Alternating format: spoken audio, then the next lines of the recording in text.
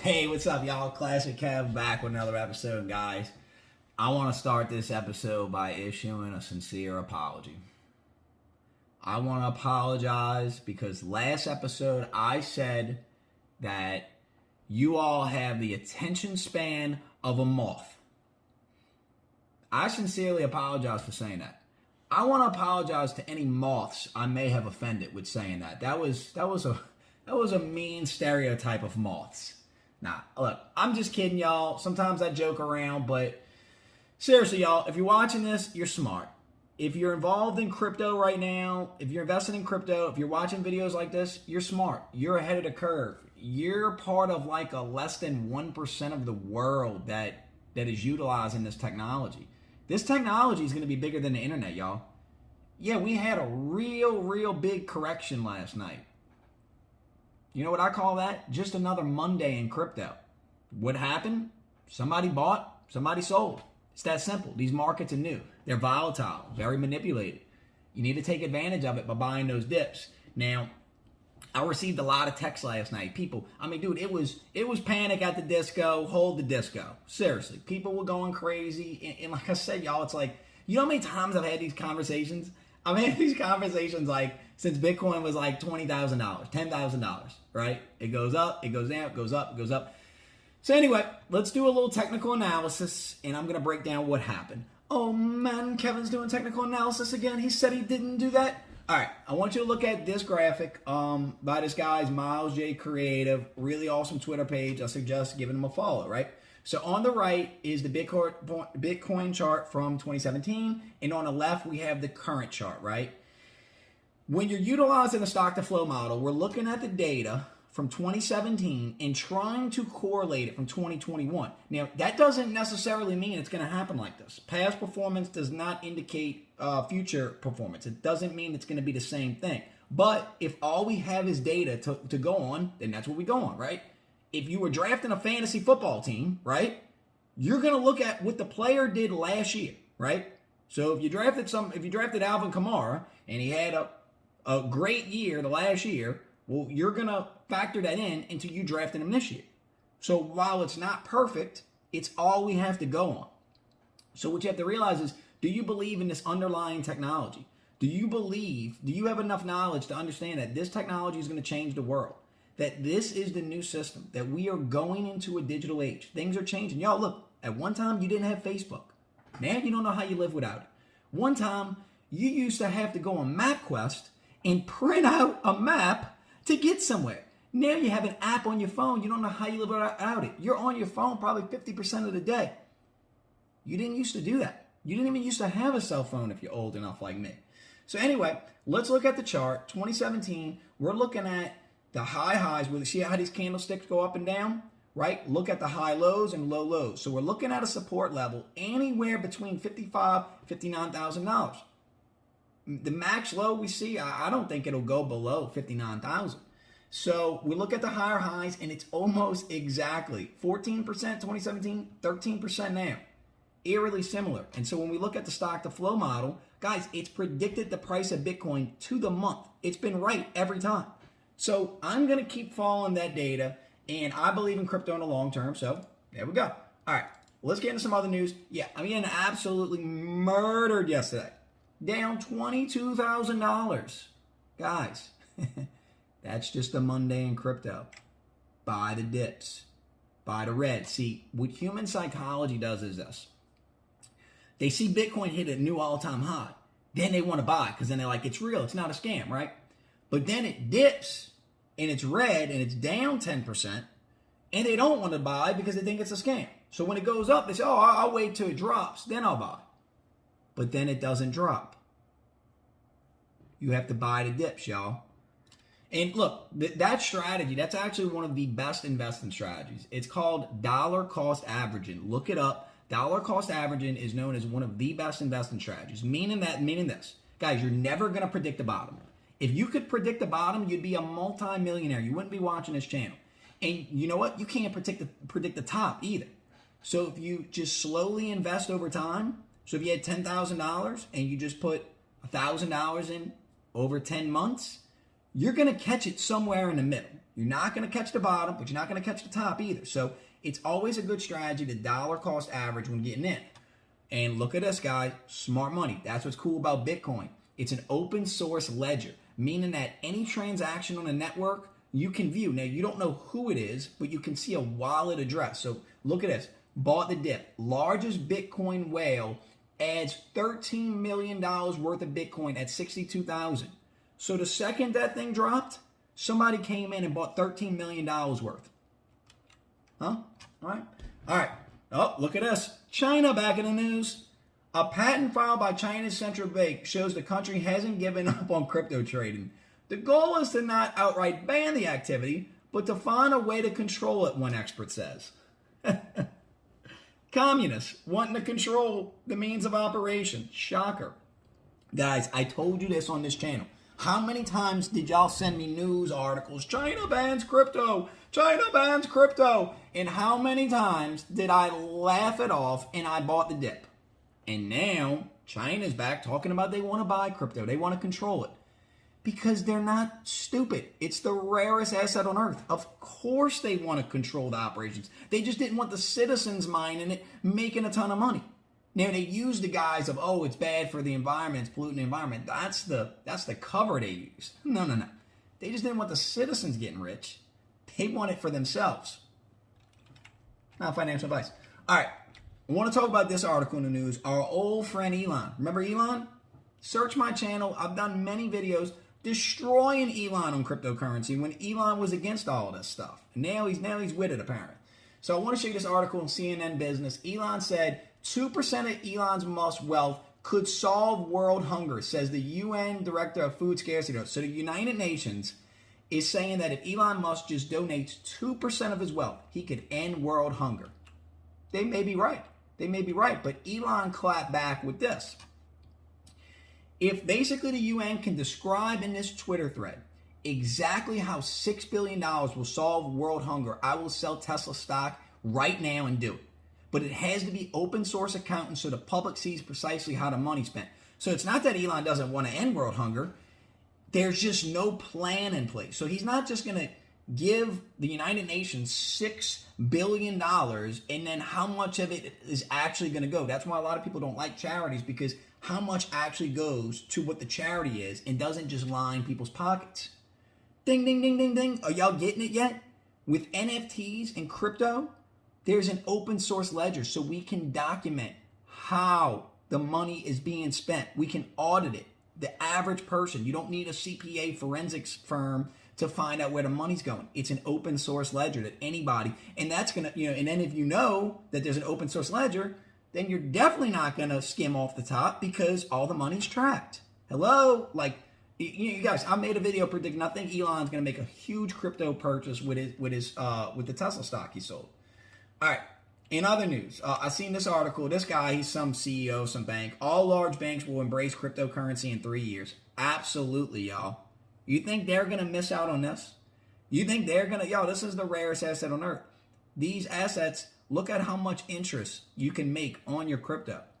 The bank's whole game is to take your hard-earned money, loan it out to people for more than what they're paying you interest on it. So crypto's right up their alley. They just don't have the infrastructure in place to implement the systems.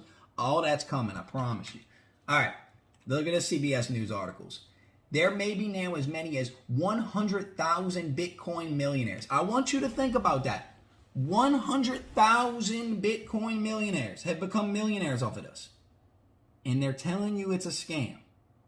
But 100,000 people become millionaires. Think about this, y'all. Bitcoin just hit its all-time high last week, right? So that means that anybody that invested in Bitcoin before this week is up on Bitcoin. So meaning that like 90% of people that invest in Bitcoin are up. All right, other news. All right, Dogepalooza. So guys, I just got off a call with the team at Dogepalooza. So if you're a Dogecoin holder, this is some real good news for the Doge. They're having a huge music festival in Texas, Dogepalooza. I'm going to be going. I'm going to have the camera. We're going to go interview people. It's going to be a fun thing. So y'all check out this site, Dogepalooza. I think we're going to be doing a Zoom call, so I'm going to have them on the channel. They're going to break down some of the events of what's going on with Doge. Haven't been hearing too much about Doge in the news, but I think big stuff's coming. Elon, he's got his hands in Doge, and he don't like being wrong. So let's get into some NFT news. And I know, guys, all this NFT stuff is complicated. So here's what I'm going to do. I'm going to start this segment with a quick clip of Gary Vaynerchuk, super entrepreneur, and he explains NFTs in under 60 seconds, and I'll try to elaborate on it. So let's go ahead and play this. NFTs, because I had a meeting canceled, and I can feel that people want to know more what's going on in the macro, which is epic, and what to watch out for in the micro. Can you explain NFTs to me, but like in a simple way? Because I don't get it. Do you play video games? Yes. Have you ever bought skins or virtual things for your game? Yeah. That's an NFT. You wanted that item to be a utility in a world that you cared about, or, as I'm sure you'll admit, Joe, for the clout amongst your friends and other people by having that thing virtually. That is going to happen to everything in the world, not just the confines of Fortnite. So literally everything has the potential to be a non-fungible token. The metadata of access. All right, y'all. So basically what he's saying is this. Think about games like Fortnite. These kids are buying these skins, and they're buying, like anybody that's played Clash of Clans, and you're buying items for in-game to make your character look different or perform better. Those are NFTs. It's basically digital collectibles. And it doesn't have to just be something in-game, y'all. So, like, let's say if I'm an artist, right? And say, like, that Bitcoin painting up there, right? And I paint that. I can put it on a blockchain as an NFT. I can sell that digital item because now we have a ledger like Ethereum that can store the digital record. That is my item. I own that. I can verifiable prove I own that. Now I know what you're thinking. But Kevin, if it's a digital image, I can just screenshot, right? Or I can right click and copy it. No, you can't. Because I can go up to somebody's mansion or somebody's Lambo and take a make an Instagram or Snapchat story and say, this is my Lambo or my mansion. But you can verifiably prove that that's not mine through the title or the pink slip of the car or whatever. Or you can verifiably prove that that is not my car, right? So now with these images, these digital collectibles, we have an open source ledger that can be audited from anywhere in the world, that cannot be hacked, that says Kevin owns that digital image. So that's just a start. Think about music, right? Think about how royalties work in music. Artists can now take their songs, make them NFTs, and they can sell them as property. These are digital property. We're moving into a metaverse. So your lives are going to be so much more online, so people are going to want to customize themselves online. And, the new clout, they're going to want to, the same way people wear Gucci and expensive jewelry or clothing for status symbols for clout. Now you're going to have digital collectibles on your social profile. So, and I want to elaborate on that with this story. So Coinbase CEO Brian Armstrong envisions, and you guys, Brian Armstrong is the CEO of Coinbase. He's one of the most influential people in the crypto space. Coinbase is a publicly traded company. They're like one of the biggest exchanges in the world. But he basically envisions an Instagram-style interface for crypto exchanges' new NFT marketplace. So like we talked about in this channel before, Coinbase is going to be launching an NFT marketplace. But it's going to be a system where, so now let's use, who's coming to my head? Let's use like somebody famous, say The Rock. Say The Rock, and you're a big fan of The Rock, and he is selling some NFTs, right? Some old wrestling pictures or some photos of him, some collectible memorabilia. You can buy that and display it on your profile. So now people will know, wow, he has maybe, like I bought the Ellie Gonzalez NFT collection. It's one of 50, right? So there's only 50 of them ever made. I have a unique one of one, so no one else can have that. So as Ellie continues to grow her career and elevate, if I display that on my NFT, I'm going to have established like, wow, I've been with Ellie since day one. Think about bands you like. How many times have you found a band and, an underground band or an underground rapper, and you're like, dude, this dude's going to blow up. Well, that dude might need money. So he could say, you know what? My first album, I'm selling as an NFT. You could buy that album as an NFT. Now you have a digital collectible, the first album he ever made. That's going to be a collector's item one day. Sports memorabilia. I mean, anything you can think of is going to be tokenized. So he said this in our he said this, I think having people that you can follow, your favorite artists or creators, and having a feed of content that gets populated from those people you follow, that could be really powerful. In addition, you can go in there, buy an NFT if you really like it, so you can support your artist, show it off on your profile, and you'll kind of showcase in your own social profile. Armstrong adds that the new marketplace adds to be interoperable with any other platform. That just means that all these other NFT platforms are all going to connect. We need to connect them all, like the internet's connected. He also gives a rough timeline when the Coinbase NFT could launch. I think we can just make it, hopefully NFTs much easier to use. That's kind of a hallmark of what Coinbase tries to do out there, to bring more and more people into the crypto space. I think that's going to be a global phenomenon. We want to make sure our NFT platform is interoperable with every other platform out there. So hopefully you will see something launch in the next couple quarters here. This is exciting, y'all. They're going to launch this marketplace. It's going to be like a social media with artists and influencers on it. This is amazing news. I seen this, y'all. Charities are receiving millions in crypto donations. Smaller nonprofits may fall behind. Because what was the problem with nonprofits, y'all? The problem with nonprofits is a lot of times, you know, the money isn't being allocated correctly.